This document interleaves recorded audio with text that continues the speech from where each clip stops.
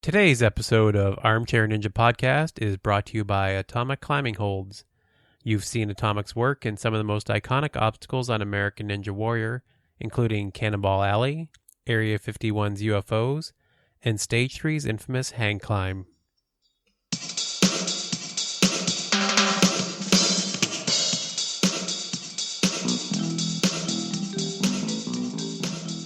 You're listening to the Armchair Ninja Podcast. Here is your host, Rich. Hello, everyone, and welcome back to the Armchair Ninja Podcast. My name is Rich, and it is Thursday, December 10th, 2015. And with me, as always, is my co-host, Bijan. How are you doing this week, Bijan? Doing great. How are you, Rich? Doing awesome. It's an awesome week, man. Yeah, getting closer to Christmas. Oh, man. My wallet is crying, but it's going to be fun times in a few weeks. Yeah, mine's going to be crying, and I leave everything to the last minute every year. I don't know why I don't learn my lesson. Hey, we're all like that. Luckily, this year, everybody from my family is getting the same gift, so I'm kind of excited. All I can give the hint is it's Game of Thrones themed, and I'm excited. My family is going to freak. Cool. Anxious to hear what that's going to be. So this week on the podcast, we're going to talk about the National Ninja League and, of course, our fan of the week and video of the week. And we're going to wrap it up with something a little different. Actually, a suggestion from my daughter that we do a breakdown of Team Ninja Warrior. So what we're going to do is kind of run through the teams, kind of talk about their strengths and what they've done. Basically, for those that don't follow it as closely as others and may not recognize some of the names, we're going to kind of run through who we'll see on the show in the lead up, because we're looking at sometime next month. It should be out. So very excited for that. Yeah, we have a doozy of athletes this week. I mean, they are some really strong teams. So I'm really excited to talk to you about them. All right. So let's run through it. So first off, we'll get right into the National Ninja League. Chris Wilczewski provided another update, and this time it was for his gym, the Movement Lab in New Jersey. So going through the results, the number 3 athlete for the women was Jane Greenbaum. She looked pretty young. I'm not sure her age. He didn't mention it. That was exactly what I was going to bring up. She looked so young, and she was really talented for her, like what I assumed of her age being like 15 or 14. I mean, she looked really young, and she was really talented. Yeah, she was zipping through it, and then it may have been trying to go so fast may have done her in by the sounds of it. You know, she was trying. A lot of people, he said, there was a part where they had to trampoline over to like a bar on the wall to catch themselves, and a lot of people seemed to take their time there, but she just bounced right over and unfortunately missed the bar. Yeah, it could have been just she went before most other people and she didn't know how to properly do it. Or it could have just been she tried to rush through it a little too quick. Yeah, it may have just felt the time pressure. But yeah, good job, Jane. Second place was Maura Sherman. And she had some trouble on the warped wall. And man, she just missed finishing the course. She almost completed it. I was watching. I didn't really appreciate it fully the first time through, but when I rewatched it, she was right at the end. Like there was just one bar left, and she just missed it, unfortunately. Yeah, I mean it's similar to like when people see an athlete like running to the buzzer and they're just like 1 second away. She was that close to completing it. But she did awesome, so good on her. And the first place one, who absolutely came out of nowhere, was Rachel Goldstein, who's been training with Jamie Rahn. And her run was amazing. Like they played it back, and she is just flying through the course. And she's the first woman to actually finish a National Ninja League qualifying course. Yeah, that was. I did not expect that. I guess I wasn't paying attention to that point, but wow, I didn't realize that no other female athlete never completed any of the qualifying courses. Were you up on that? Did you realize that she was the first until then? Not really. I do remember Jessie Graff getting really close, but I had included in that, nobody had completed one. Jeez. Yeah, that really like stunned me when he said that. I was like, what? When we think back on the stronger runs we've seen, Michelle Warnke did really well, but she made that fall just approaching the salmon ladder. I guess there hasn't been any. Yeah, I mean, it says more about her than anything else and the level of athlete she is. It really surprised me that no other female athletes have done it, just because we've seen so many strong female athletes throughout this whole competition or series. And I figured just along the way that somebody would have completed any of the courses, but good on her. She did a really good job, and I'm glad, at least somebody, one of the female athletes completed a course. I'm sure more will later on as well. Yeah, no doubt. That was the top 3 women. So fantastic job. And then it moved over to the men. And third place, interestingly enough, was actually the guy that sings the theme song. So if any of you have been listening to or watching these National Ninja League updates with us, the whole, I'm a Ninja opening is sung by Noel Reyes. And he was just going at a blistering pace. I could not believe that was the third place run, watching him run through it. Absolutely insanely quick. Yeah, he beast moded through that thing. I mean, he was flying through any of the upper body things, especially. You could just see him. He took no effort. It wasn't like any extra swings or anything. He just like flew through them. It was insane watching him. And it really, like, as soon as I heard he was third place, I'm like, what? Like, who was going to beat this? But there were athletes that went fast. I don't know how. This guy, anybody watching it, they just have to see this. He was insanely quick. Yeah, it would look unbeatable. If you didn't know he was in third place, you thought, well, no one's going to beat that. Yeah. The second place person and first place person were actually separated by only 0.05 seconds. So pretty much a tie, with second place going to Jamie Rahn, Captain NBC, and first place being Anthony DeFranco. And I don't know what to say about either one of them. Like, it was virtually identical runs. They actually posted a second video just comparing their 2 runs, kind of side by siding it with a timer. And they just, any moment of hesitation was enough to make up that difference. So Jamie, if he just, I don't know how you could possibly go any faster than these guys ran.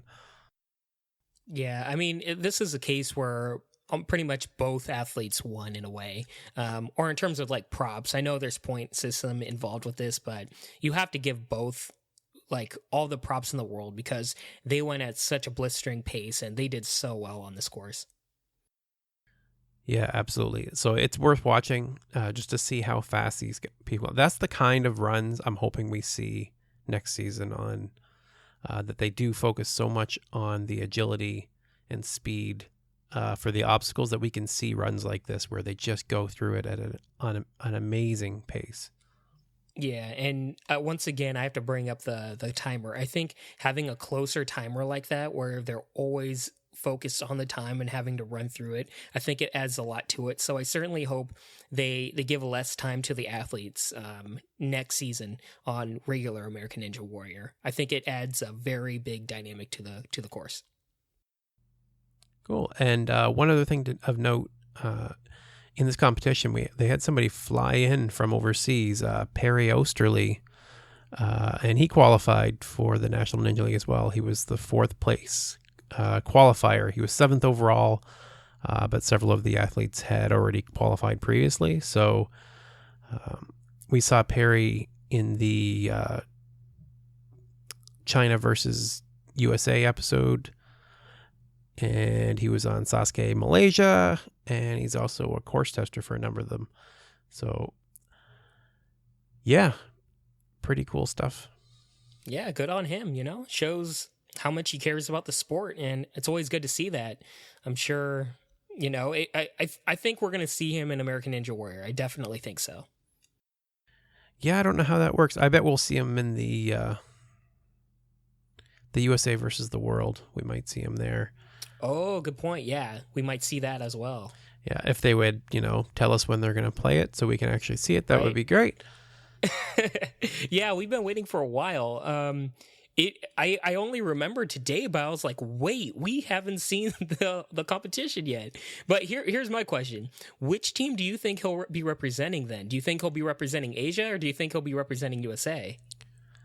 Oh, no, versus the world, right? So we had, there was a team UK last year, and he was actually...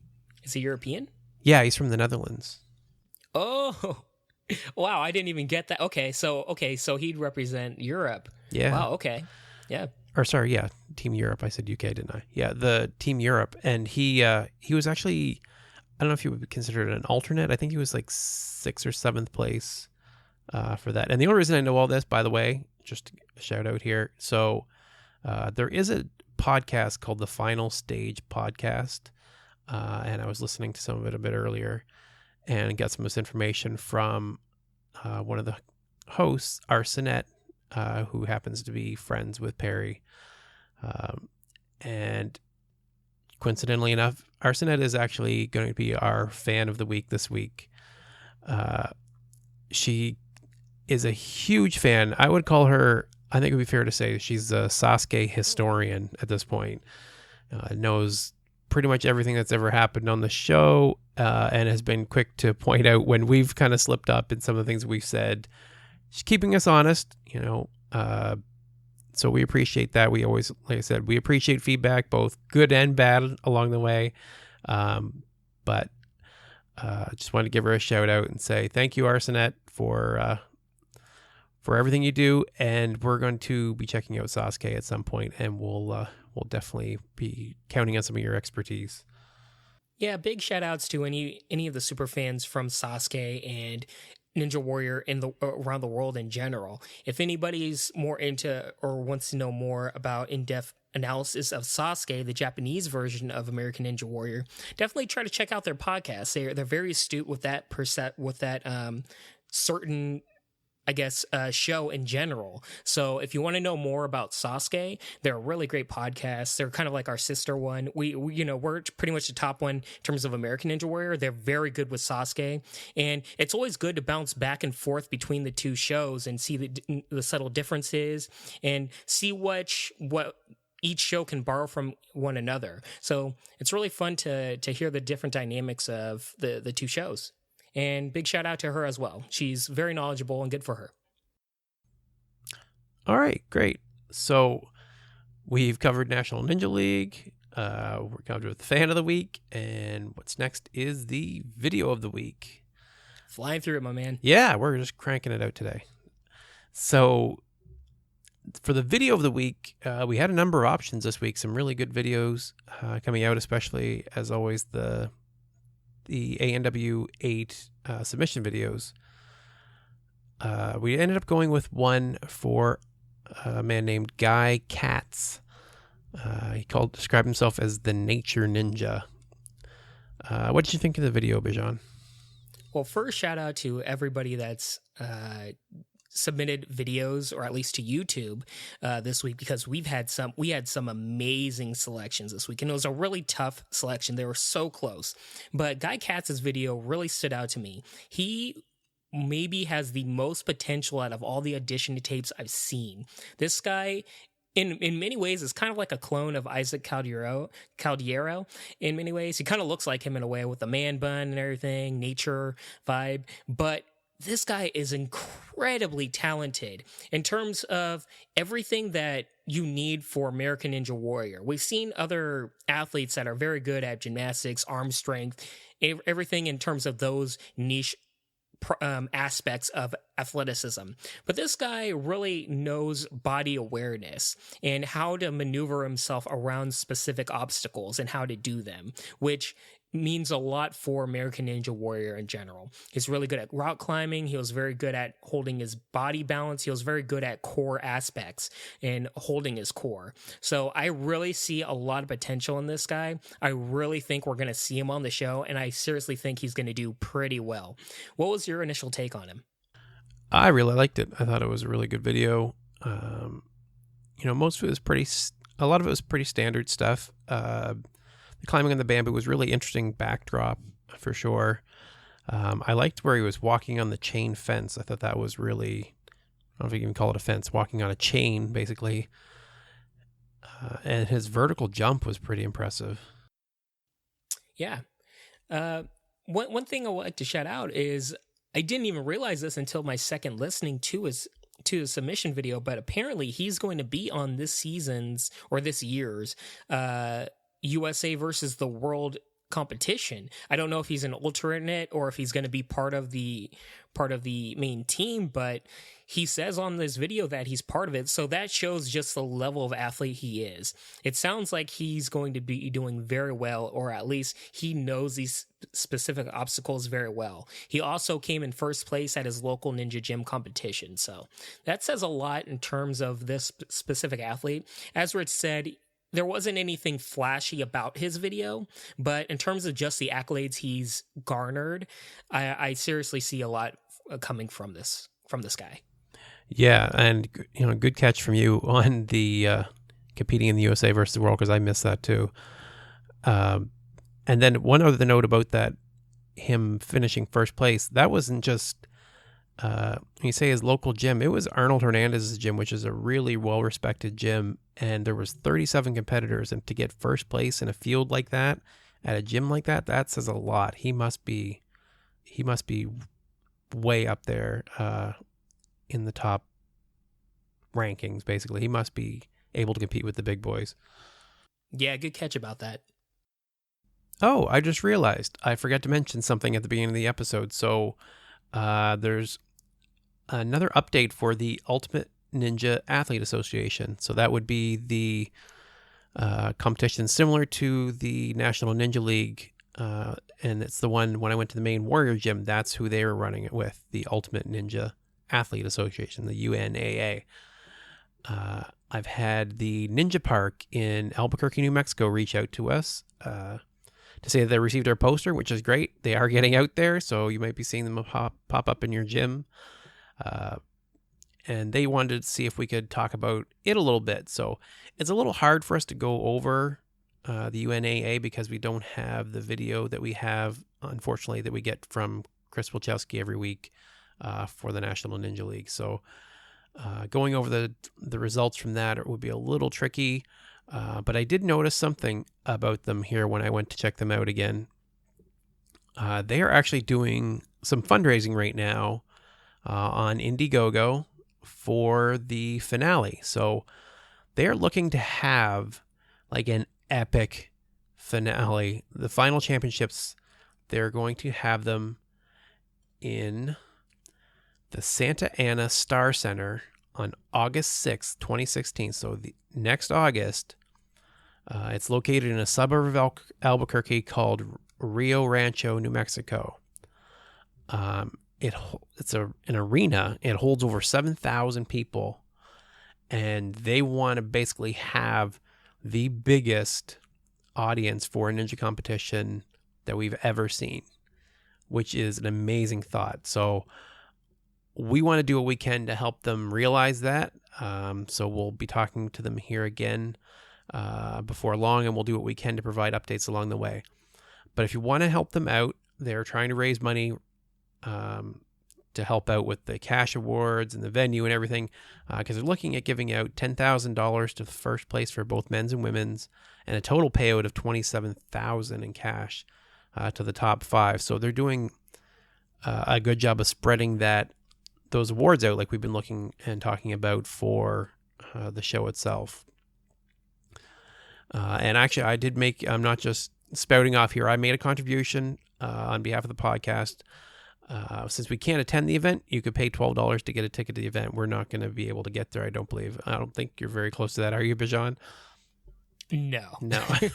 I wish I was, but no. My US geography is a little weak, so I knew it was over in that general direction. But so actually, what we did was we sponsored a ticket for a child from a local charity to be able to attend the event. So the charity may include the Albuquerque Christian Children's Home or the Carrie Tingley Children's Hospital, and they're going to match the total number donated. So if you go, you can buy a ticket for a kid to attend and see the ninjas in person, and kids absolutely love American Ninja Warrior. So I think that's a great idea. Yeah, it's awesome. I'm going to buy a ticket tonight as well. I motivate anybody that can't attend the event to at least sponsor a child's ticket. I think it'd be really fun for a lot of the children in that local area. And it sounds like a really fun event. So yeah, if you're in the Albuquerque area, make sure you check that out. And if you're not, please consider sponsoring one of the children. And now a brief word from our sponsor, Atomic Climbing Holds. Any doctor will tell you that stress is the leading cause of heart disease. And any parent will tell you that children are the leading cause of stress. So entertain them in a way that will leave them thoroughly exhausted, leaving them no energy left to bother you for the rest of the night.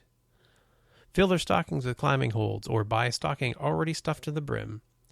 Instructions are provided so everything can be done with safety in mind. To get started, go to ninjapodcast.com and click the link to Atomic Climbing Holds. Don't forget to use our promo code PODCAST and you can save 10% off your purchase. Okay, and we're back. And we're going to talk a bit about Team Ninja Warrior, which we're both really excited to see and to talk about. So we're going to find a way to talk about it now. Yeah, so lay it out for everybody. I believe the main topic that we're going to be doing for a few weeks leading up to the show is we're going to be previewing a few of the teams, correct? Right. So we've got 24 teams that are going to be competing. So we thought the best way to break that down is going to be, we'll talk about 4 teams per episode as best we can. There are still 2 teams that seem to have some question marks around them. So, and we're going by the information that's been compiled online. So as far as we know, this is accurate. If anyone knows differently, has any corrections to send us, definitely send those through and we'll do what we can to set it right. So let's take a look at, so we've just talked in the past in our interview with Noah Kaufman, especially, we got a lot of good information about the format of the show. But just as a quick rundown, there are teams of 3 that will be competing against each other in side-by-side courses, which also have some funnel points. I don't know, what am I looking for here? Some parts where they overlap. Choke points. That's what I'm looking for. So they'll be competing head-to-head in a format that we haven't really seen before on American Ninja Warrior, and it's going to be really cool. Can't wait to see it. And there is a brief clip. They have just nothing but teasers. You know, it's a month away, and we're not getting some really solid stuff yet, man. They're really holding it tight to the chest. Yeah, I really hope their advertising kicks in really soon. I have a feeling they're going to right after the holidays, but it's not going to give them a whole lot of time before the show premieres. But traditionally, when it comes to American television, they really don't have much to give until after the New Year's. Yeah, that could be it. So let's take a look. So the very first team that we're going to talk about is, and most of them have team names too, or a good chunk of them do. So this team is calling themselves GForce, and that is Nicholas Coolidge, Travis Brewer, and Jessie Graff. And I believe all of the teams are also consist of 2 men and 1 woman. So this is my team. This is the one that actually I picked in a previous episode as the one to win it all. So it's kind of funny that they were at the top of the list just by default, by the website we were using. So let's kind of run down the strengths of this team we've got and who they are for those that don't follow close enough to recognize the names automatically. We've got Nicholas Coolidge. He was a rookie this year, and he was the only finisher in the Venice finals. So, you know, we're talking about a field with David Campbell and Kevin Bull and some really strong competition, and he's the only person that managed to finish the semifinals. Yeah, and for anybody that doesn't remember, the Venice qualifier was brutal this year, and he was the only guy to finish it. And that says a lot, because that particular qualifier, correct me if I'm wrong, Rich, but do you consider the Venice one the hardest this year? I feel like the Venice and the Army one were the two hardest qualifiers out of the whole season. Yeah, just by the number of completions, we could say that for sure, right? We only had, I think it was one for the military too. Definitely one for this one. There was a couple, the hourglass drop is what took out most of the people for this one. But I'm not going to think of it, the climbing wall right just before the invisible ladder is what got the ones that managed to get past it. That's what really did them in. That's where Jessie Graff actually went out this year.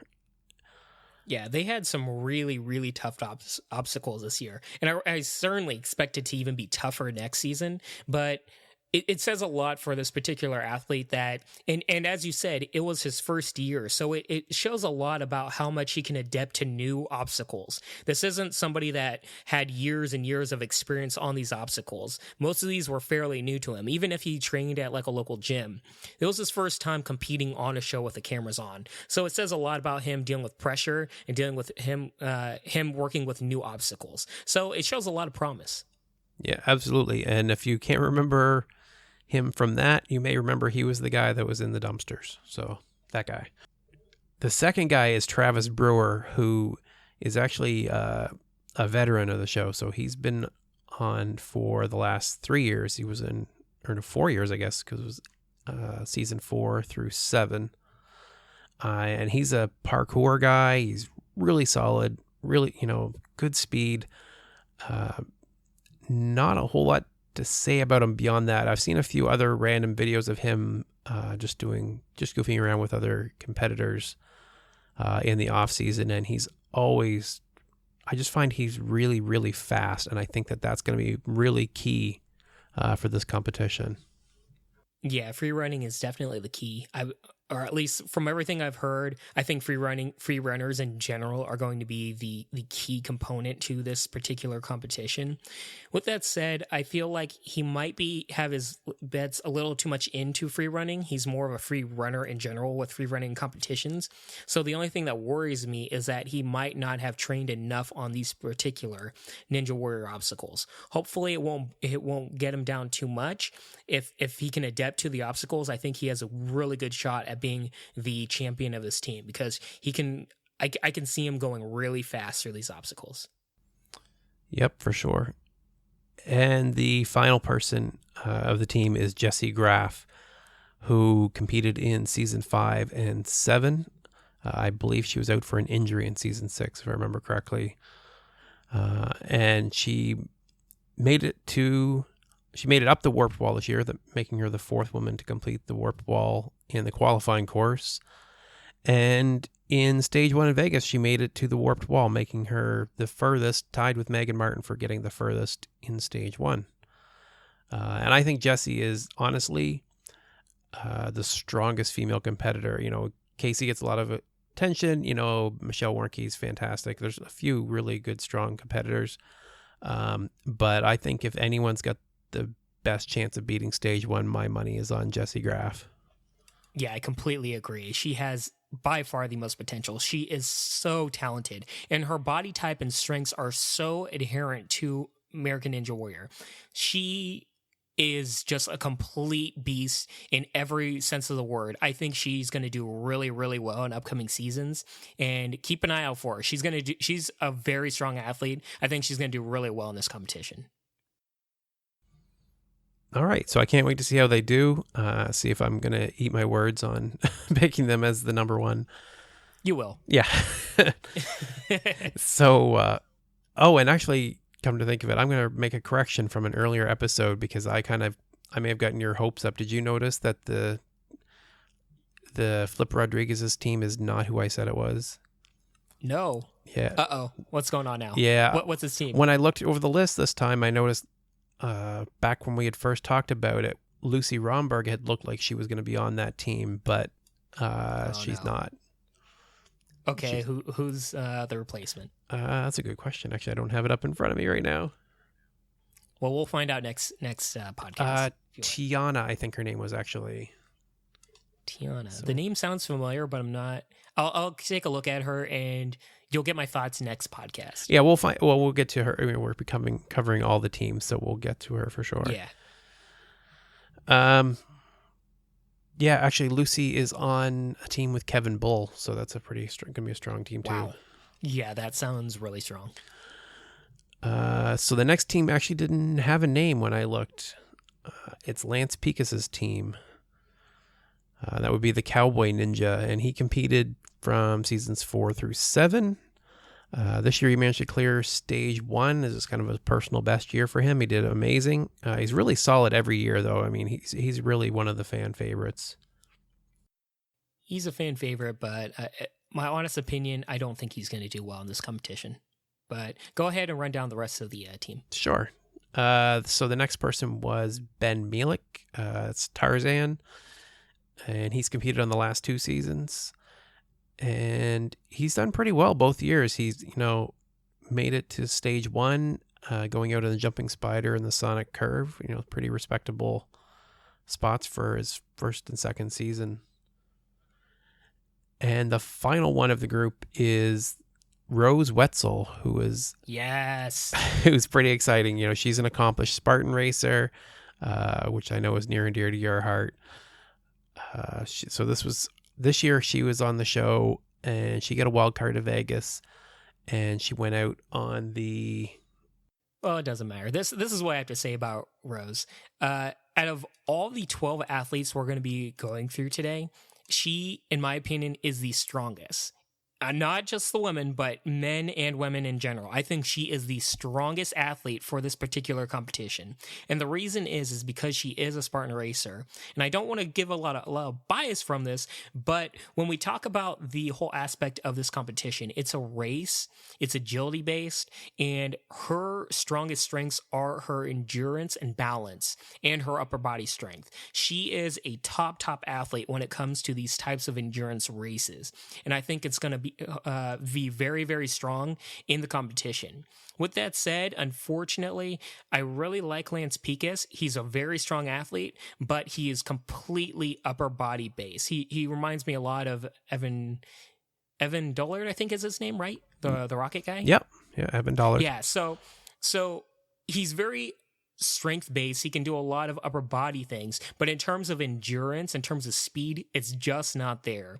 I see him burning out very quickly, maybe 3 obstacles in, because these aren't obstacles where you can pace yourself like traditional American Ninja Warrior. You're going to be racing against somebody, and you're going to be going at top speed, and there's a lot of different factors that go into it. Your adrenaline's building up, a lot of things can happen, and I unfortunately don't see him going very far in terms of endurance. I see him slowing down very quickly.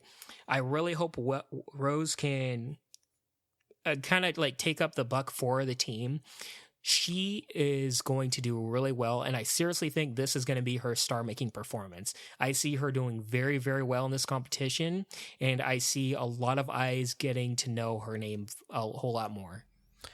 Now, that's interesting. I hadn't thought of endurance coming into it because it's such a fast-paced, I was thinking more of a burst capacity, but now that you say that, that'll burn them out faster, won't it? So the endurance will come into play.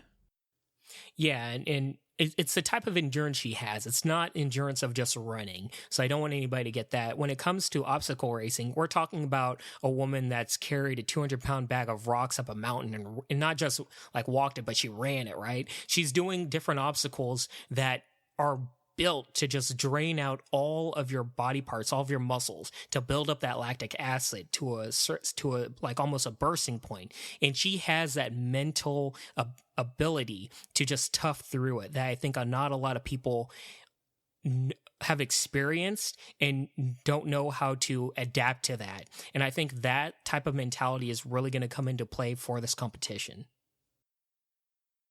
Okay. I'm not sure I totally agree with you. I don't want to get into it.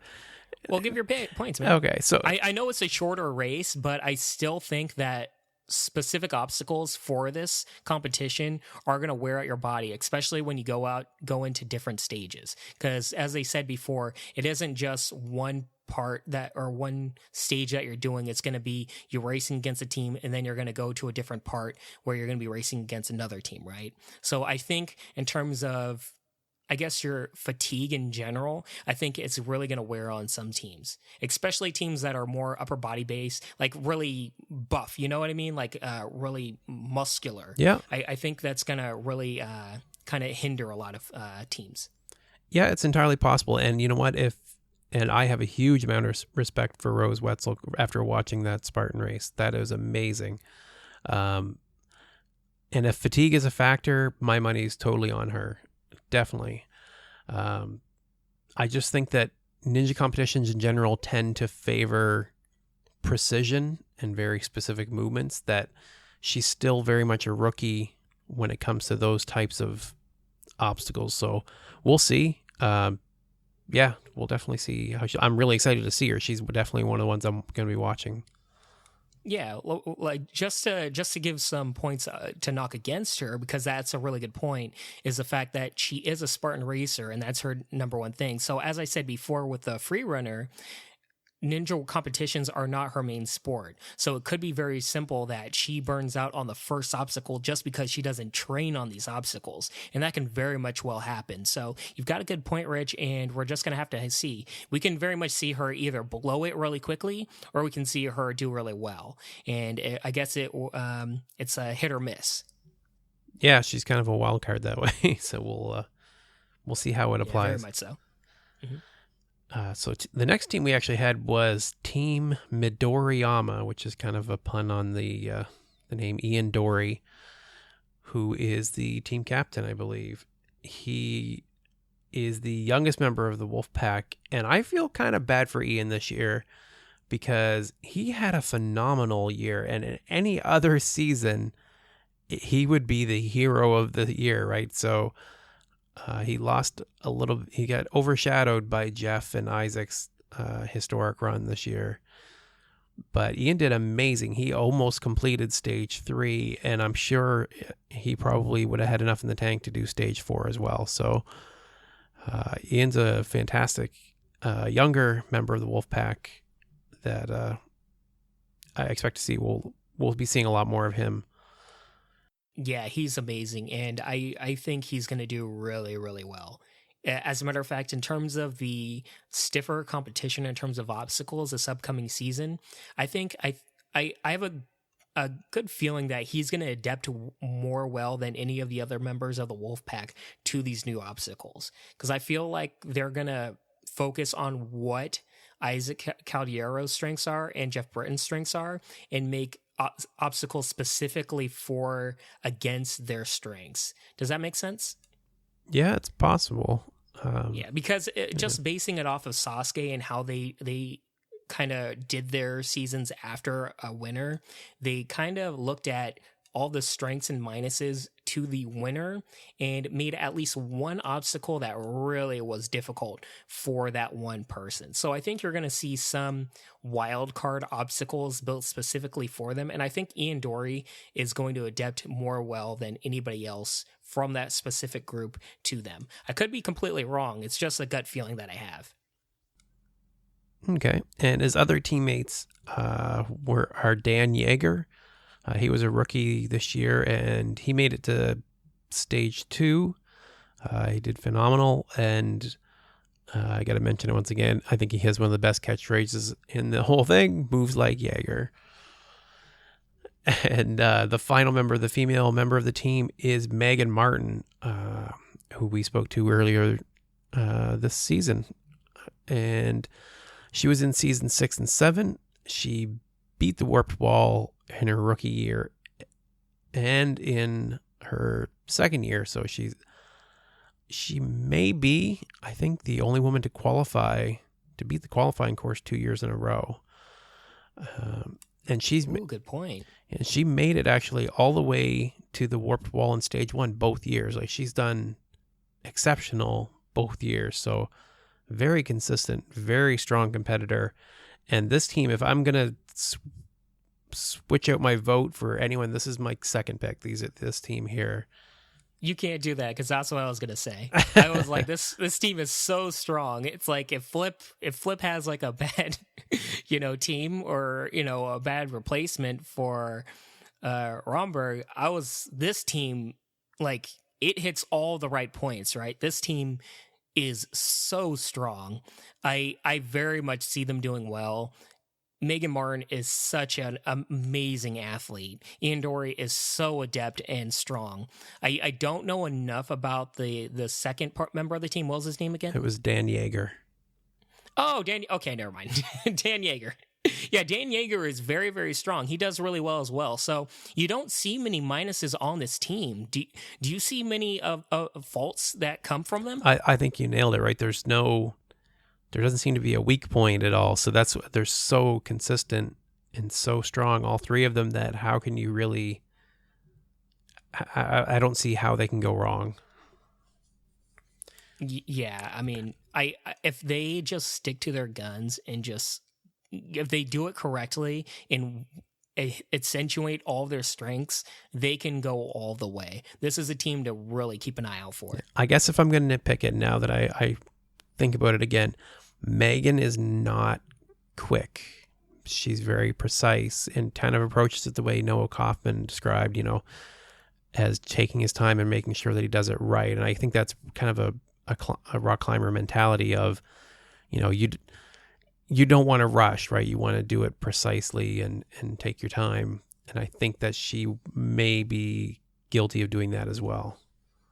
That's a very good point. She isn't as fast, especially towards many women, because women, tend to be a little bit more focused on speed and balance, a lot of the athletes. But if there's one thing I could say is she's very consistent. And I think that's one thing, if anything, this team needs to accentuate just their consistency. If they can remain consistent in approaching all these obstacles with a certain poise and at least not slowing down too much in the upper body obstacles, I think she's going to be just fine because she has really, really strong, teammates, right?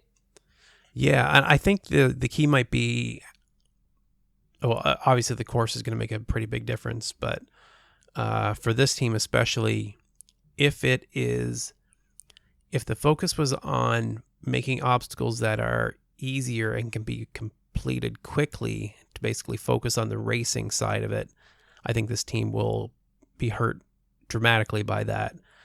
If they keep the difficulty level higher, I think this team will do amazing.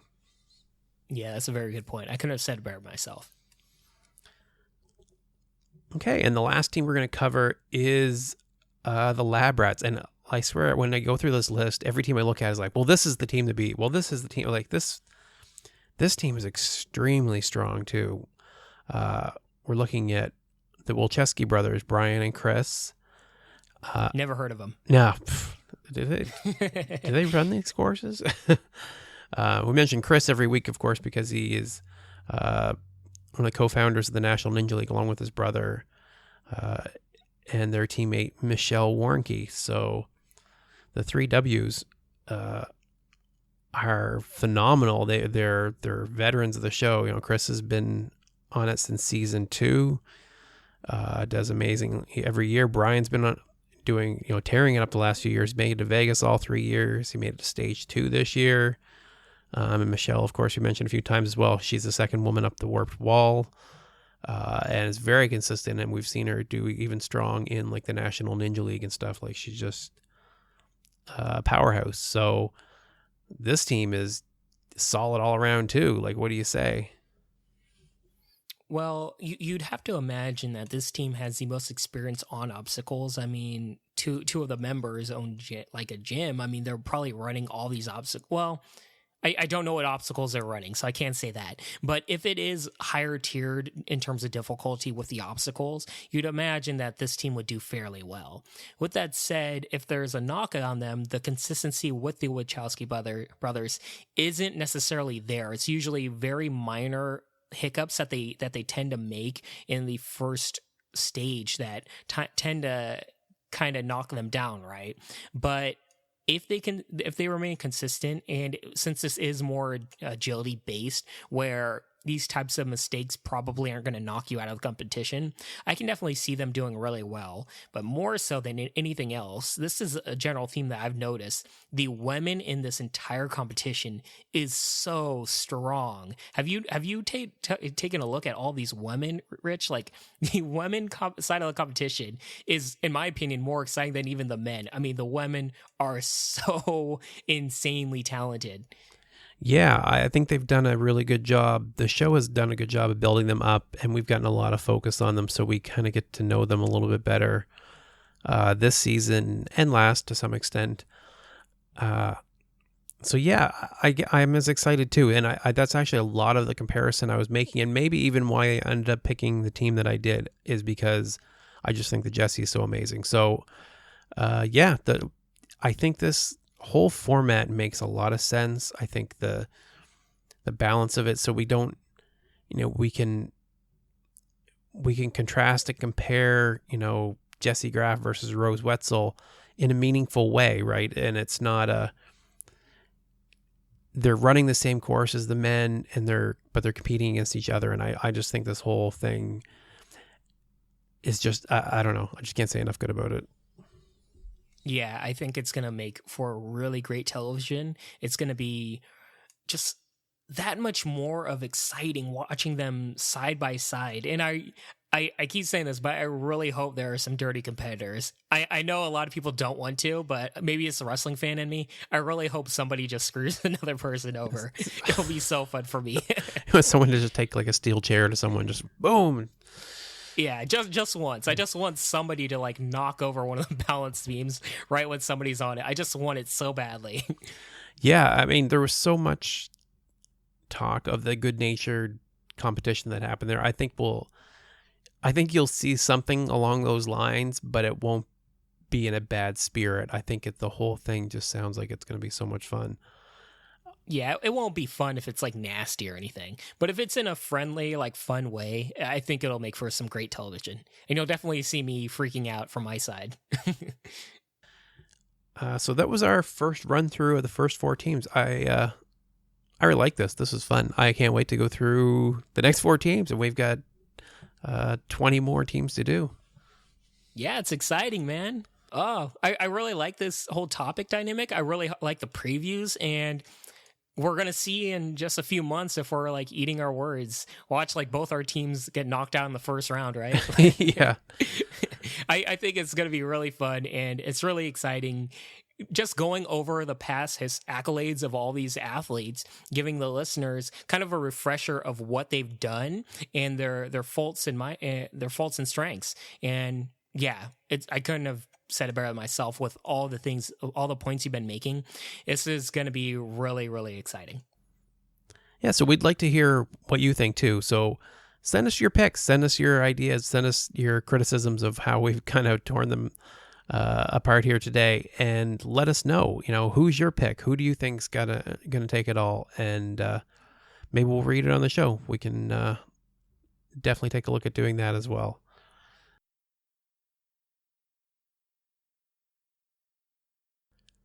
All right, so that's it for this week's podcast. Thank you very much for listening.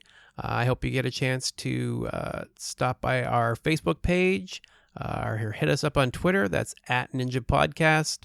And if you have time and the inclination, swing by our merchandise shop. So if you go to ninjapodcast.com, click on the link for our merchandise, and it makes a good stocking stuffer. I actually got a few items in myself, and I'll be posting pictures up to Twitter once we gift those out to the kids. So thank you all again for listening, and I hope you have a great week. Take care, everybody. Happy holidays. A special thanks to Kathleen Martin for the song Player v Player Remastered from bandcamp.com. Thank you all for listening, and have a lovely day.